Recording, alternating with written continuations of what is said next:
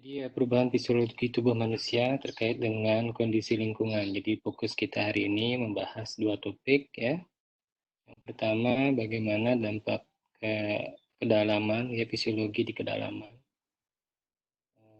Situasi di mana posisi tubuh kita berada jauh di bawah dari permukaan yang setara dengan permukaan air laut. Kalau di ketinggian berarti dia posisinya jauh di atas posisi dari di atas permukaan laut. Yang kedua, perubahan lingkungan ini menyebabkan penyesuaian-penyesuaian dalam tubuh manusia, dan itu akan kita bahas pada pagi hari ini. Yang pertama kita bahas tentang bagaimana tubuh kita bereaksi terhadap situasi di kedalaman. Di beberapa kondisi yang memungkinkan ini adalah beberapa aktivitas di bawah air ya.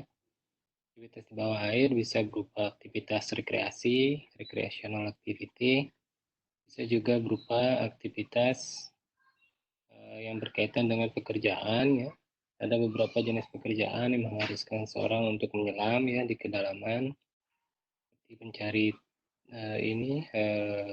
tani mutiara misalnya ya, atau pencari udang, lobster, apalagi ya teripang ya, itu di kawasan Indonesia Timur, di daerah kepulauan, di pulau-pulau kecil yang sebagian besar masyarakatnya adalah nelayan tradisional, itu banyak melakukan aktivitas penyelaman secara tradisional tanpa menggunakan alat bantu. Dan juga ada beberapa jenis pekerjaan yang lebih official, yang lebih dimanage secara lebih besar ya, misalnya pekerjaan yang berkaitan dengan pelibatan operasi Kaizen atau Kaizen operation untuk pembangunan di dasar laut ya, memasang tiang panjang dan lain sebagainya. Nah, apa yang terjadi di situasi kedalaman? Jadi sesuai dengan hukum-hukum tekanan gas, tekanan udara, hukum-hukum fisika ya, semakin dalam tempat maka tekanan atmosfer semakin tinggi. Ya. Kalau kita di permukaan laut itu setara dengan 1 atmosfer atau 760 mm air raksa, 760 mm Hg, maka semakin dalam tempat makin tinggi juga tekanan atmosfernya, tekanan di lingkungan sekitarnya. Estimasinya di setiap kedalaman 10 meter itu bertambah 1 atmosfer gitu ya. Jadi kedalaman 10 meter tekanannya 2 atmosfer, 30 meter 3 atmosfer, dan seterusnya. Itu estimasi kasarnya seperti itu. Ini di gambar ini adalah salah satu contoh bagaimana operasi Kaizen dilakukan ya untuk pekerjaan-pekerjaan di bawah laut ya. Misalnya buat jembatan menghubungkan antar pulau atau membuat bangunan di dasar yang dasarnya menggunakan dasar laut ya. Jadi ini adalah kelompok pekerja yang berisiko ya. Memang situasinya di sini akan dibuat tekanan udaranya disesuaikan sehingga tidak terlalu mengikuti tekanan di luarnya. Jadi sebisa mungkin mendekati tekanan di atas permukaan laut. Tapi mungkin tidak bisa sepenuhnya ya, karena biaya dan lain sebagainya. Jadi intinya di bawah atau di kedalaman itu adalah kondisi hiperbarik ya. Hiperbarik itu adalah kondisi tekanan udara berlebih ya. Populasi yang berisiko adalah para pekerja dalam terowongan udara mampat dan operasi Kaizen, dan juga para penyelam. Termasuk juga di aktivitas rekreasi seperti diving, ya terutama scuba diving ya. Yang di Bali banyak di daerah-daerah yang tempat wisatanya memang sangat indah, terumbu karang dan hewan di bawah lautnya atau ikan-ikan di bawah lautnya itu menjadi tempat-tempat diving sites ya. Ada beberapa di Bali, spot-spotnya juga termasuk di Nusa Penida, Nusa Lembongan ya. Itu dive sites yang memang akan memberikan pelajaran dan exposure lingkungan hiperbarik kepada para wisatawan maupun para pekerja di sektor itu, seperti dive master atau yang pelatih-pelatih diving. Bagaimana penilaian risiko terhadap tekanan udara berlebih ya? Exposure assessment-nya itu kita untuk jenis pekerjaan tertentu itu ada kewajiban dari pemerintah untuk melakukan pemeriksaan dibatasi tekanan udara manfaat maksimum 330 kilopascal ya. Kalau bisa lebih rendah dari itu untuk menyesuaikan dengan situasi atau tekanan yang ada di atas permukaan laut. Kalau tidak bisa memenuhi serendah mungkin maksimum seperti itu. Jadi semakin dalam tempat, maka tekanan akan semakin tinggi sehingga risiko terjadinya gangguan kesehatan akan semakin besar. Kemudian penilaian juga dilakukan terhadap lamanya pajanan atau paparan. Jadi semakin lama terpajan di daerah kedalaman, maka semakin risiko juga terjadinya gangguan kesehatan. Ya. Kemudian bagaimana pengaruh tekanan udara berlebih terhadap tubuh? Pengaruhnya yang pertama, tekanan udara berlebih bisa memberikan tekanan terhadap organ-organ tubuh kita, menimbulkan apa yang disebut dengan baru trauma. Ya. Jadi trauma atau cedera karena tekanan, itu istilahnya baru trauma. Terutama di daerah atau di area di mana terdapat rongga-rongga yang ada gas, ya, seperti di telinga tengah. Ya. Kalau kita lihat fisiologi pendengaran, di telinga itu ada telinga luar, telinga tengah, telinga dalam. Telinga tengah ini ada gas di sana yang berhubungan dengan melalui tuba eustachius ke daerah nasofaring, ya, mungkin sudah dijelaskan di panca indera, dan juga ke sinus-sinus. Nah ini daerah sinus dan telinga tengah ini rentan mengalami barotrauma. Ya. Kemudian kalau tekanan terjadi pada daerah paru-paru, bisa terjadi embolisme udara paru-paru karena paru-parunya meletus, ya, kalau tekanan terlalu berlebih, sehingga embolinya bisa sampai kotak dan menimbulkan kematian. Kemudian pengaruh lain adalah decompression sickness, penyakit dekompresi. Ya. Ini biasanya karena tubuh kita terlalu lama berada di posisi kedalaman.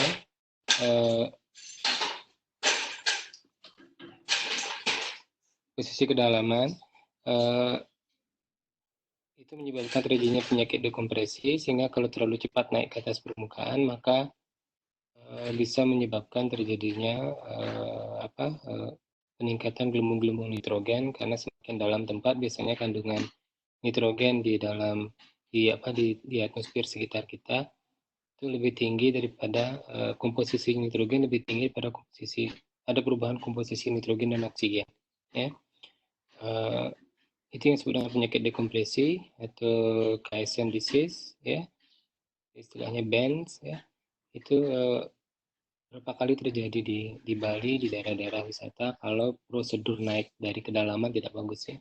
Kalau prosedur bertahap tidak diikuti, itu cukup berbahaya kalau sampai gelembung-gelembung nitrogennya mengenai bagian tulang belakang kita, ya, sampai tulang belakang, spinalis menekan itu bisa menyebabkan kelumpuhan.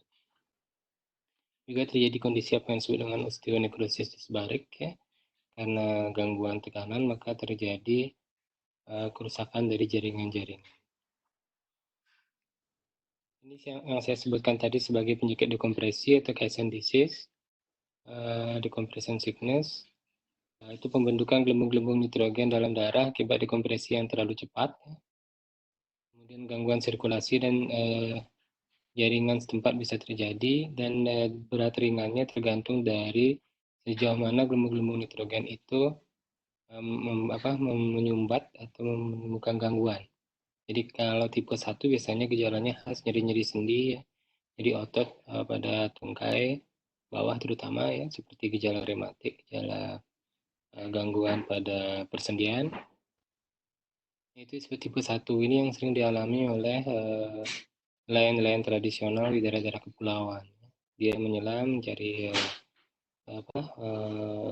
tripang, mencari lobster, naik ke atas dengan cepat, timbul nyeri-nyeri sendi.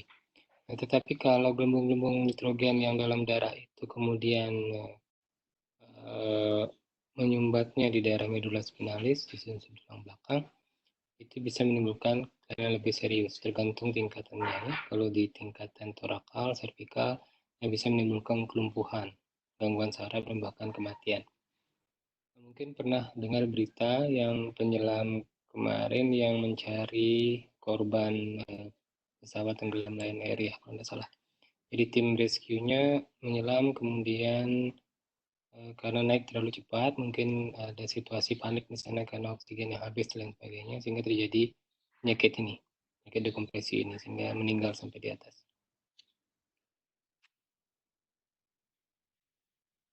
Kemudian apa upaya pencegahan yang bisa dilakukan untuk menghindari dampak buruk dari pajanan lingkungan hiperbarik? Yang pertama adalah kepatuhan terhadap prosedur kerja. Jadi melakukan dekompresi secara lambat.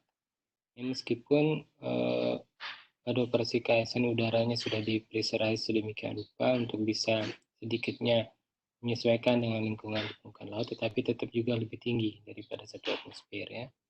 Sehingga untuk naik ke permukaan tidak bisa dilakukan secara cepat, harus berdekompresi secara lambat, bertahap. Ya biasanya ada protokolnya ya, prosedurnya, berapa menit istirahat, pada ketinggian berapa istirahat, berapa menit.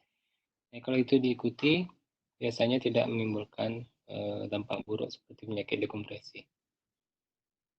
Kalau dalam kondisi ringan, ya biasanya agak terasa hidung seperti tertekan, ya tersumbat. Dia bisa melakukan apa yang disebut dengan falsafah manuver, ya, bisa dengan menelan, tutup hidung menelan, atau bisa dengan minum air hangat. Kalau anak-anak biasanya dengan menyusui ya, atau minum dot atau empeng ya, atau ngisap empeng. Itu contohnya misalnya kalau kita dari daerah ketinggian ya, di daerah Bedugul misalnya atau ke Kintamani, kemudian kita naik motor atau naik mobil yang laju ke arah Denpasar. Nah, kalau dilakukan dengan cepat biasanya langsung telinganya terasa akan ada yang ketutup gitu, penuh. Itu salah satu contoh tubuh kita melakukan terekspos oleh ketinggian tekanan atmosfer yang berubah ya, dari yang agak rendah di ketinggian kemudian ke tekanan yang lebih tinggi. Baik, itu tentang fisiologi di kedalaman ya. Sekarang kebalikannya ya, fisiologi tubuh di ketinggian. Ketinggian berarti konsepnya terbalik ya. Kalau tadi semakin dalam tempat maka tekanan semakin tinggi, maka semakin tinggi tempat maka tekanan semakin rendah, atau itu disebut dengan istilah hipobarik ya. Jadi kalau di kedalaman kondisinya hiperbarik, kalau di ketinggian kondisinya adalah hipobarik. Jadi tekanan udara luar, tekanan atmosfer lebih rendah daripada tekanan di permukaan laut ya. Nah, apa dampaknya? Jadi pengaruh ketinggian karena tekanan eksternal yang berkurang, sementara tekanan-tekanan gas dalam tubuh tetap, maka di sini akan berlaku hukum Boyle. Ya, kalau tadi di kedalaman berlaku hukum Charles dan jenisnya. Kalau di sini hukum Boyle. Jadi ilmu fisika yang dipelajari dulu waktu SMA pakai di sini ya. Hukum Boyle itu menyatakan pada suhu konstan, volume gas berbanding terbalik dengan tekanan. Volume gas berbanding terbalik dengan tekanan. Artinya, kalau posisi kita semakin tinggi, berarti tekanan semakin rendah, maka volume gas kita akan meningkat, bertambah. Jadi menyebabkan pertambahan volume gas di dalam tubuh, ekspansi gas dalam tubuh. Ya. Nah, ini juga sama. Kalau tadi tekanan dari luar yang menekan, tubuh kita menimbulkan baru trauma. Kalau ini ekspansi gas dalam tubuh yang menyebabkan terjadinya baru trauma. Jadi mekanisme baru trauma itu bisa karena tekanan yang lebih tinggi atau tekanan yang lebih rendah. Jadi istilahnya baru itu adalah tekanan, trauma itu adalah cedera. Cedera karena perubahan tekanan. Nah, pada kondisi ketinggian, maka baru trauma terjadi karena tekanan eksternal yang lebih rendah yang menyebabkan terjadinya ekspansi gas-gas di dalam tubuh. Ya. Jadi di telinga tengah, di sinus, saluran pencernaan itu banyak terdapat gas dalam tubuh kita. Cuman yang sering terperangkap artinya dalam rongga yang confine itu adalah di telinga tengah dan di sinus-sinus ini.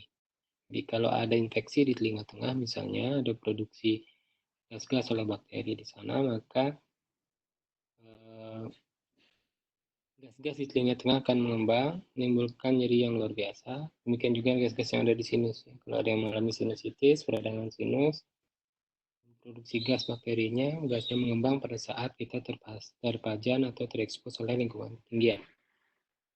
Demikian juga dengan di saluran pencernaan. Ya. Saluran pencernaan kita banyak ada gas, jadi mengembang juga gas-gasnya. Nah, keuntungannya adalah saluran pencernaan dia lebih luas areanya, jadi free flow, jadi alirannya lebih bebas, bisa mencari kompensasi ke atas maupun ke bawah. Kalau gas mengembang bisa bersendawa ke atas atau mengeluarkan gas melalui ini ya, pelatus atau kentutnya. Itu baru trauma ya. Mekanismenya berbeda dengan yang tadi ya. Ini karena situasi hipobarik yang berlaku hukum Boyle. Kalau tadi di kedalaman itu karena tekanan dari luar yang lebih tinggi menekan ke dalam tubuh kita. Baru trauma juga ya. Mekanismenya berbeda tentunya. Nah, kemudian masih terkait dengan ekspansi gas di dalam tubuh kita, ada istilahnya aerodontalgia atau nyeri setelah tambal gigi pada dunia penerbangan, terutama mengenai pilot ya. Itu pernah terjadi, mungkin sekitar 80-an dilaporkan ya. Mungkin karena penambalan gigi biasanya menggunakan ada gas-gas yang masih terperangkap di sana, terutama nitrogen ya. Jadi dia gasnya sedikit terperangkap di antara tambalan gigi dan syaraf gigi. Ya, kalau ada perubahan terhadap ketinggian, gas tersebut juga mengembang, sehingga gas nitrogen yang mengembang akan menekan syaraf-syaraf gigi yang menimbulkan nyeri yang luar biasa. Ini bisa menimbulkan gangguan pada pilotnya yang menyebabkan pilot tidak mampu melakukan aktivitas penerbangan atau yang disebut dengan pilot incapacitation. Jadi setelah beberapa kejadian di tahun-tahun awal tersebut, akhirnya ada guidance semacam pedoman bahwa pilot pesawat udara itu tidak boleh melakukan penerbangan 1 kali 24 jam setelah melakukan penambalan gigi ya, karena takutnya terjadi ini. Demikian juga dengan penumpang pesawat komersil juga sama ya. Kita habis tambal gigi kemudian terbang, itu ada risiko terjadinya aerodontalgia ini. Jadi tiba-tiba yang luar biasa ya, mungkin bisa menyebabkan gangguan menimbulkan ketidaknyamanan ya di atas pesawat, sehingga memang tidak disarankan untuk melakukan penerbangan 1 kali 24 jam. Jadi ini adalah kurva yang menunjukkan hubungan antara ketinggian dengan tekanan eksternal ya. Kita lihat di sini yang di sebelah kiri ini adalah ketinggian dalam kaki ya, dalam 1000 kaki. Yang sebelah kanan dalam kilometer.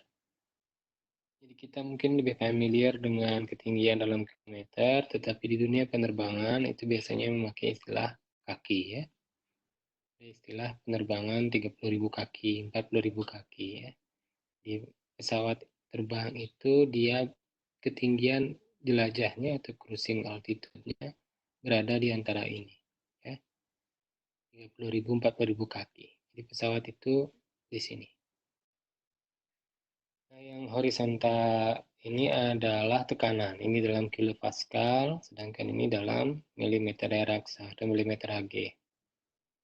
Ini tekanan 1 atmosfer atau ketinggian 0 ya, yang setara dengan permukaan laut, itu tekanannya adalah 1 atmosfer atau 760 mm Hg. Itu disebut dengan tekanan barometrik ya, tekanan atmosfer. Nah, ini adalah tekanan di oksigen di trachea, di saluran pernapasan kita. Nah, hubungannya adalah semakin tinggi tempat ya, maka tekanan barometrik akan semakin berkurang ya. Grafiknya seperti ini ya. Sehingga pada ketinggian jelajah pesawat itu tekanan barometrik berkurang dari 760 mm Hg ke hampir 150 mm Hg.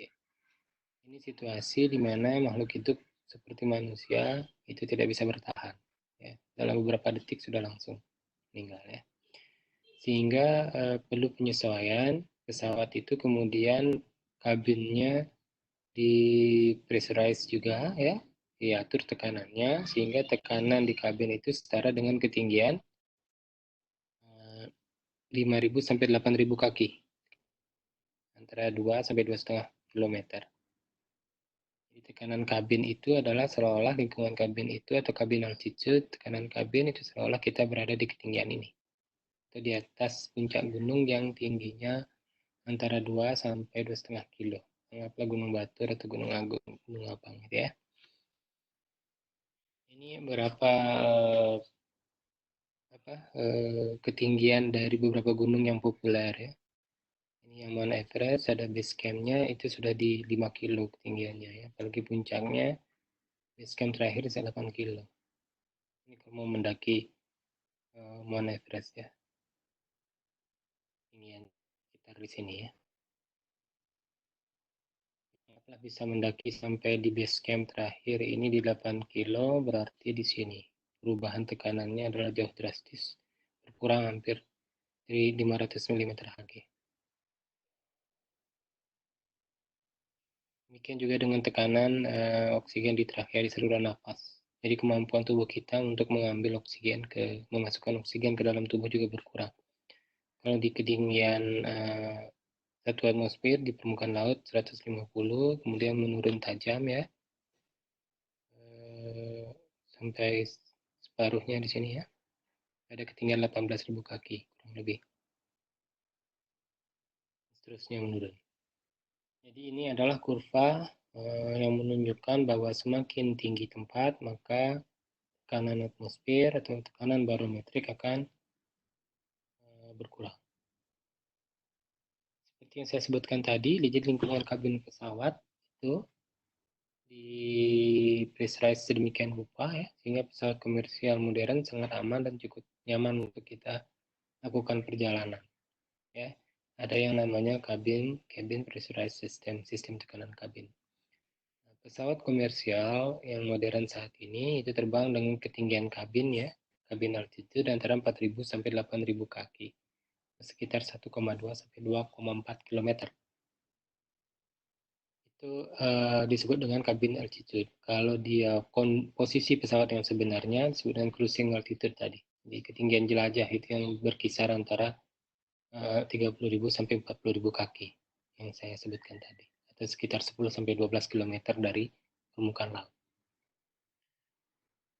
Nah, sistem ini juga menyebabkan kelembaban di dalam kabin pesawat itu berkurang jauh. Kelembabannya menjadi hanya sekitar 10-20%. Dibandingkan dengan kita di daerah tropis, itu kelembabannya biasanya antara 60-90%. Itu paling sering 80-90%. Kita sangat lembab di sini. Kemudian lingkungan kabin pesawat lagi adalah ruang terbatas dan sempit, terutama di kelas ekonomi ya. Kemudian penerbangan jarak jauh meningkatkan risiko terjadinya gangguan penyakit. Jadi karena kondisi ini diekspos semakin lama.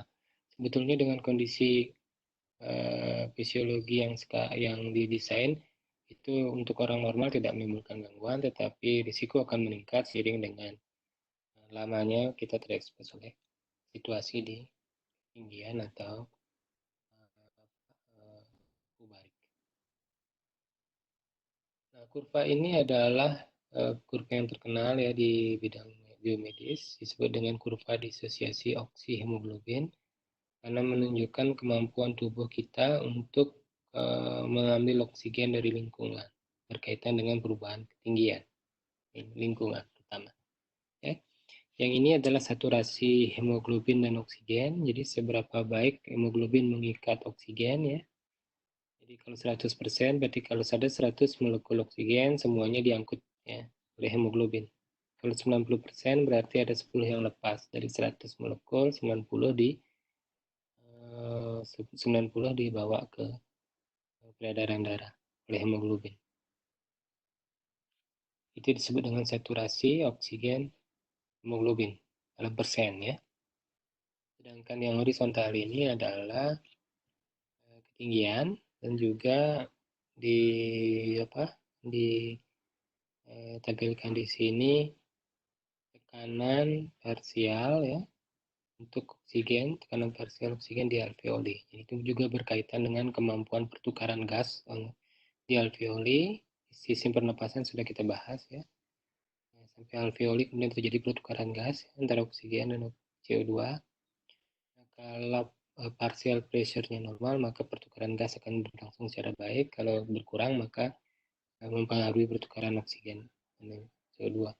Dengan kombinasi antara tekanan parsial oksigen di alveoli dengan saturasi hemoglobin oksigen, persentasenya itu mempengaruhi seberapa baik oksigen kita masuk ke dalam tubuh untuk digunakan oleh sel-sel dan jaringan yang membutuhkan.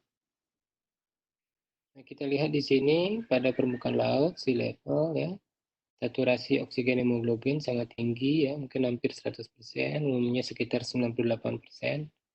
Ya. Begitu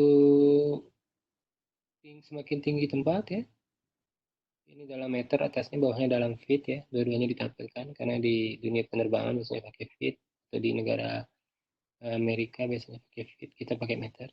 Tadi kalau kita berada di dalam pesawat berarti estimasinya sekitar di sini ya, anggaplah 3000 meter, 3000 feet,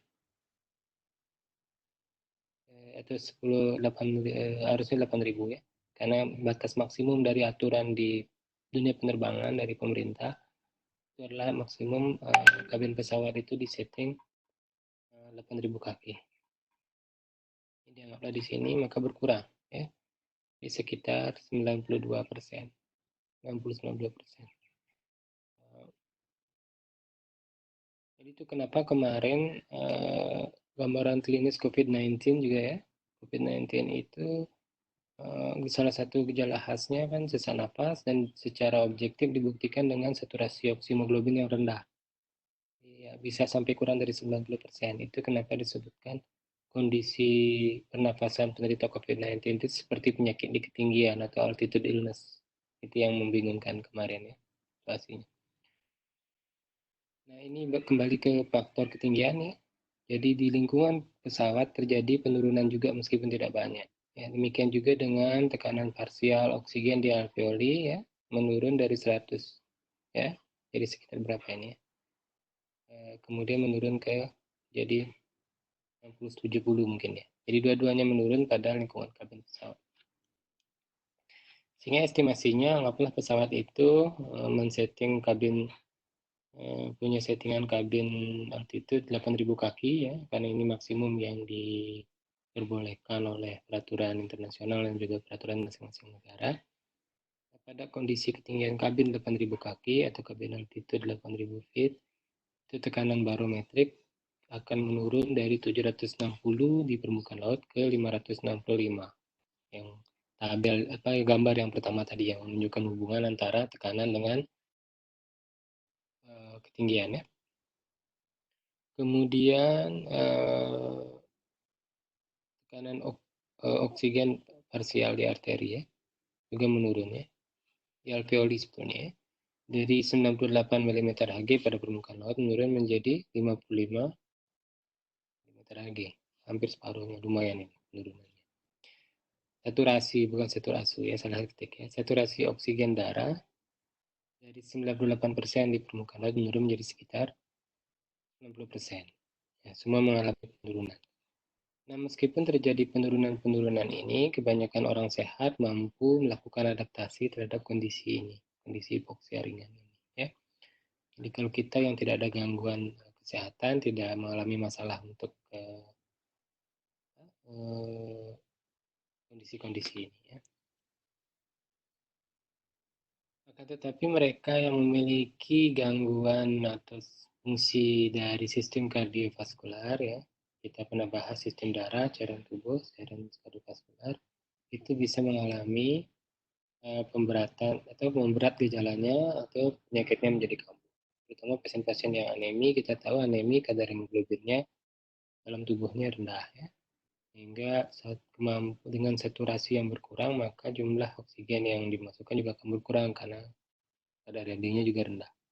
Demikian juga yang kemampuan sistem kardiovaskularnya terganggu ya, baik jantung maupun pembuluh darah maupun juga cerebrovaskular. Jadi pembuluh darah di otak ada gangguan, itu semua bisa terdampak oleh karena perubahan meskipun pada orang normal tidak terjadi apa-apa, tapi pada kelompok mereka perlu kewaspadaan. Kemudian kelembaban kabin yang rendah akan menyebabkan saluran pernapasan menjadi kering, kornea bisa menjadi kering, hingga lensa kontak bisa sebaiknya tidak digunakan pada saat penerbangan. Juga kulit menjadi lebih kering. Nah, dampak lain yang tidak berhubungan dengan ketinggian adalah karena perbedaan zona waktu kalau melakukan perjalanan yang lebih dari beberapa zona waktu, ya, terutama long haul flight, ya, penerbangan lebih dari 6 jam menyebabkan kelelahan karena penerbangan, bisa juga karena terjadi jet lag karena gangguan circadian rhythm, ya, ritme circadian. Ini dampaknya ke pemberian obat-obatan tertentu, misalnya untuk obat-obat diabetes yang memerlukan pemberian timingnya harus pas, itu bisa terganggu. Kemudian dampak lainnya adalah karena ruang yang sempit, ya, bisa terjadi odem perifer di kaki, pembengkakan kaki, kram, gangguan sistem sirkulasi darah, bisa terjadi trombosis di vena-vena dalam di tungkai bawah, disebut dengan DVT, ya, deep-vein thrombosis, dan adanya gas yang terperangkap karena ketinggian tadi, ya, gas Kumbueli yang saya jelaskan tadi, ya. Nah, itu terjadi ekspansi dari gas karena tekanan eksternal yang berkurang, meskipun relatif berkurangnya karena sudah pressurized kabin, tetap juga akan terjadi pengembangan gas-gas dalam tubuh hingga 30% selama penerbangan. Ya. Dan itu bisa menimbulkan ketidaknyamanan. Nah, apa upaya-upaya pencegahan yang bisa dilakukan supaya tubuh kita lebih gampang melakukan penyesuaian, ya? Hampir sama dengan yang tadi, ya. Falsafah manuver juga bisa lakukan. Kemudian kabin pesawat sudah dilengkapi dengan sistem tekanan kabin atau pressurized kabin.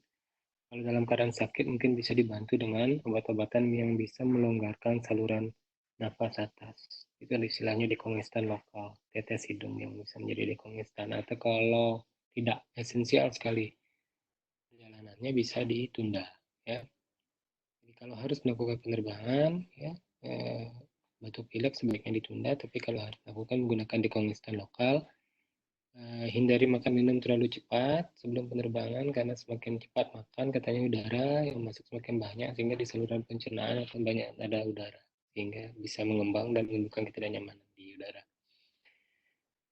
Kemudian hindari minuman bersoda, ya, makanan yang ada gas menghasilkan gas bergas, ya, seperti cauliflower, bunga kol, ya, kemudian Brussels sprouts, ya, kol yang kecil-kecil itu, ya, kemudian ketela rambat, ketela pohon.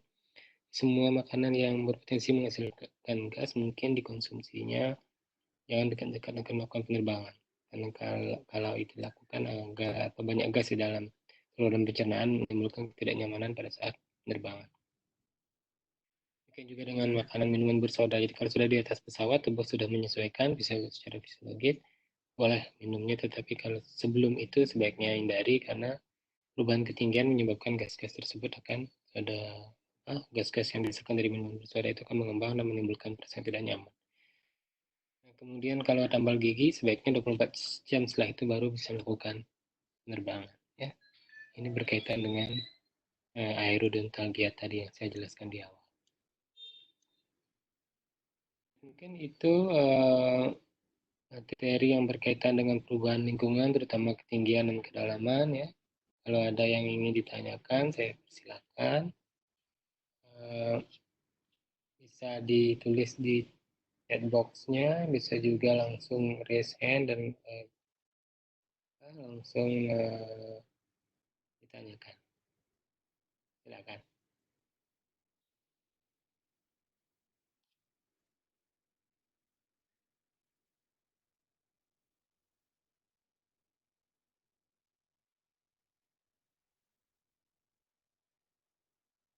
Ada yang bertanya, ya?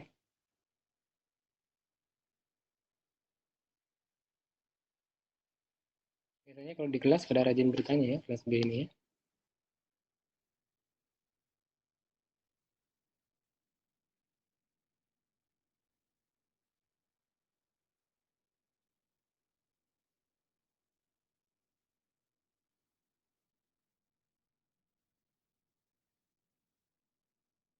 Ya, kalau tidak ada pertanyaan, bisa lewat WA nanti kalau ada yang kurang jelas, ya. Atau bisa di kelas di Oase, nanti akan saya buka.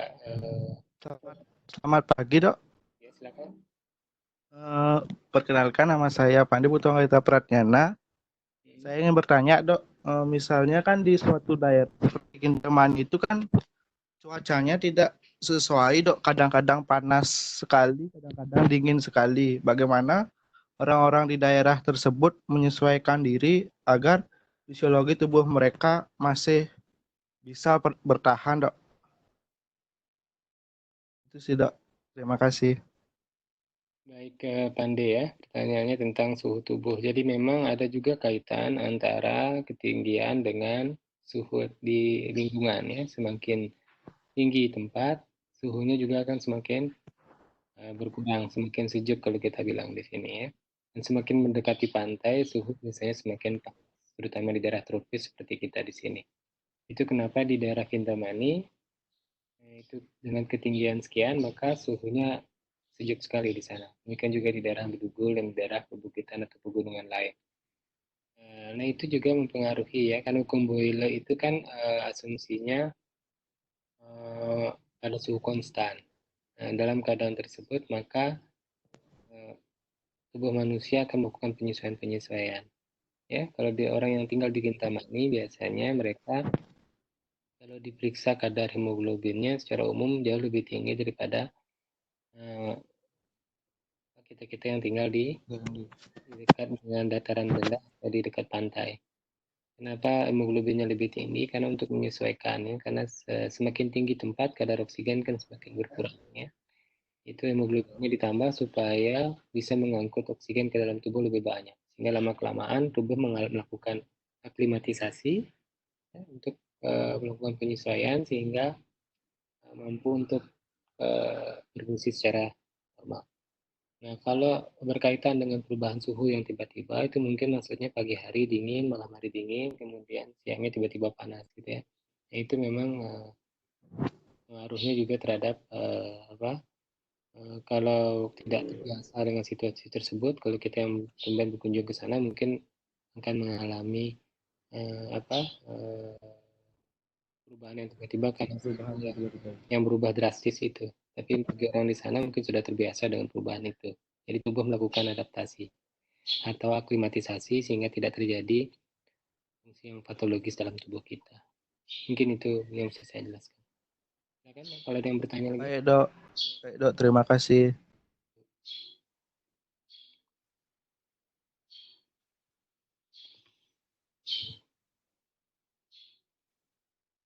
Silakan, masih ada yang bertanya? Silakan langsung di unmute speakernya.